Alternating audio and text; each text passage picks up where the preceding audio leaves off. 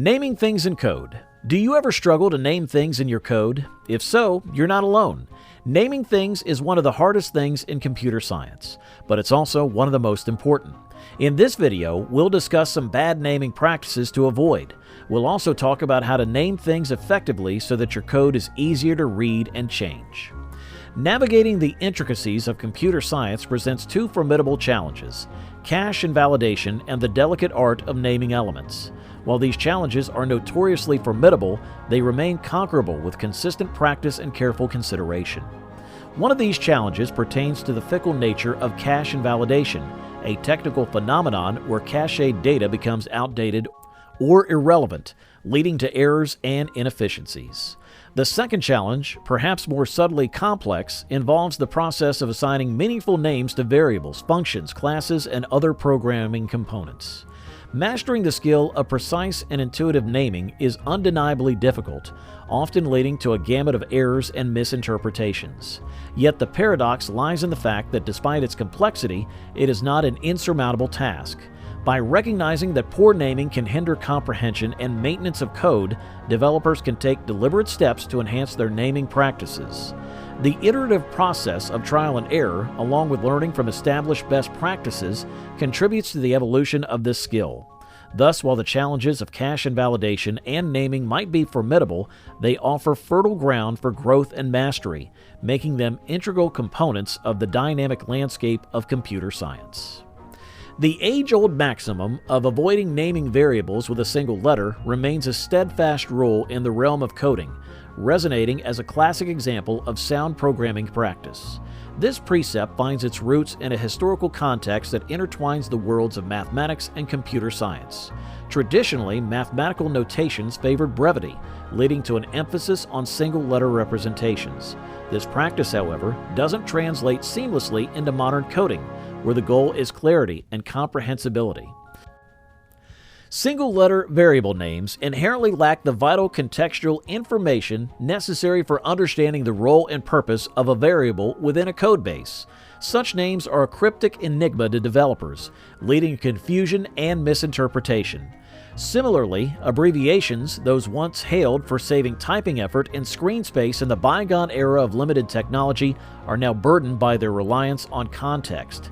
Deciphering the meaning of an abbreviation with unfamiliar code becomes an arduous task, hampering collaboration and maintenance efforts.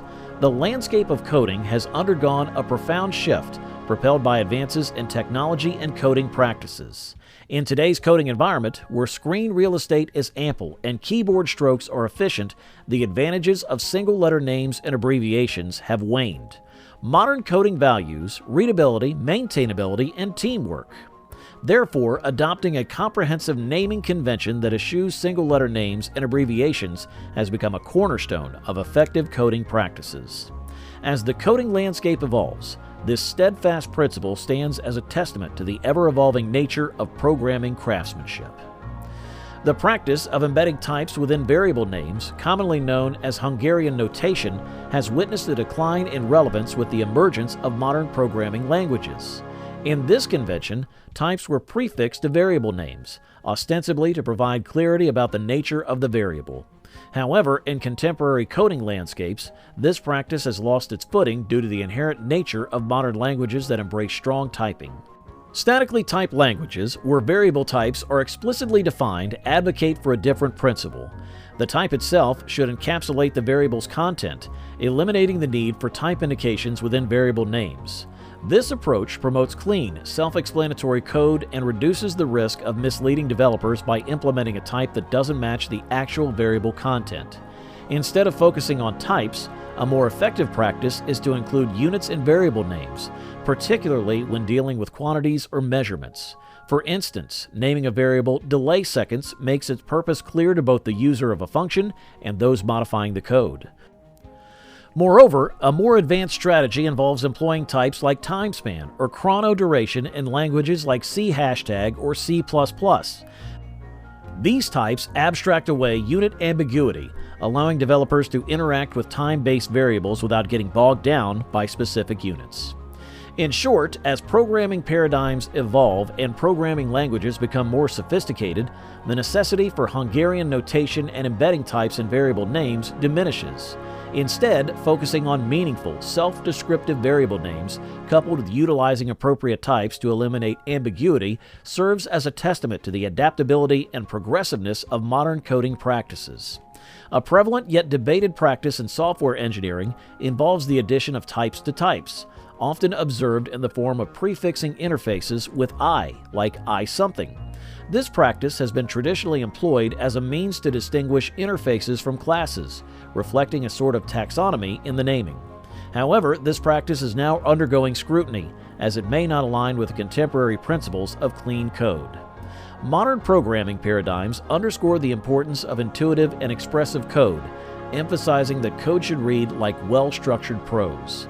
Prefixing interfaces with I can disrupt this flow, as consumers of the interface are primarily concerned with its functionality, not the underlying implementation. When using an interface, developers need to understand what actions it provides rather than its type. This practice also becomes problematic when attempting to refactor or change underlying implementations, as it necessitates updating the interface name, creating friction in code evolution. An illustrative example arises in the context of animating objects. Irrespective of whether an animation object is an interface, an abstract class, or a concrete class, the usage of that object for animation purposes remains unaffected.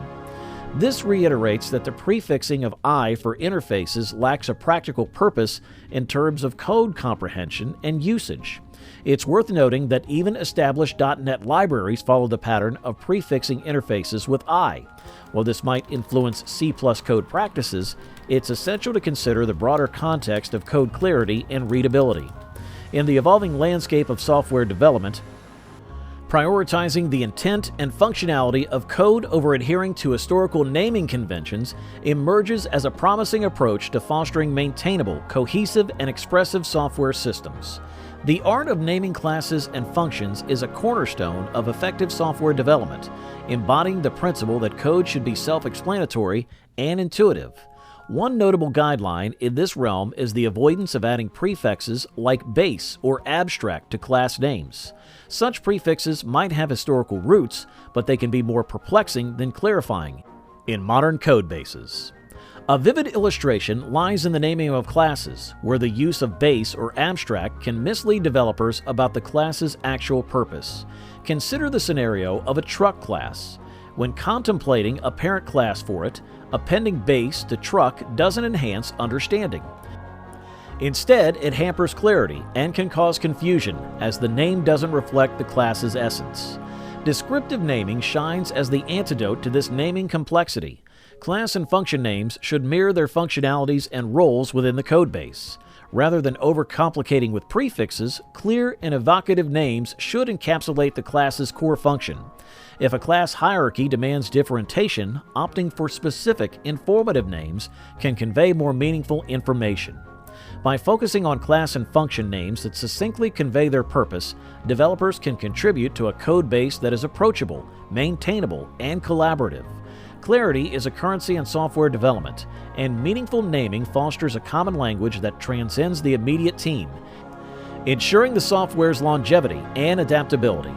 As the coding landscape continues to evolve, the timeless practice of thoughtful naming remains an enduring asset in the quest for well-crafted software. I hope this information will be handy, and don't forget to like, share, and subscribe to the channel. Meanwhile, thanks for watching.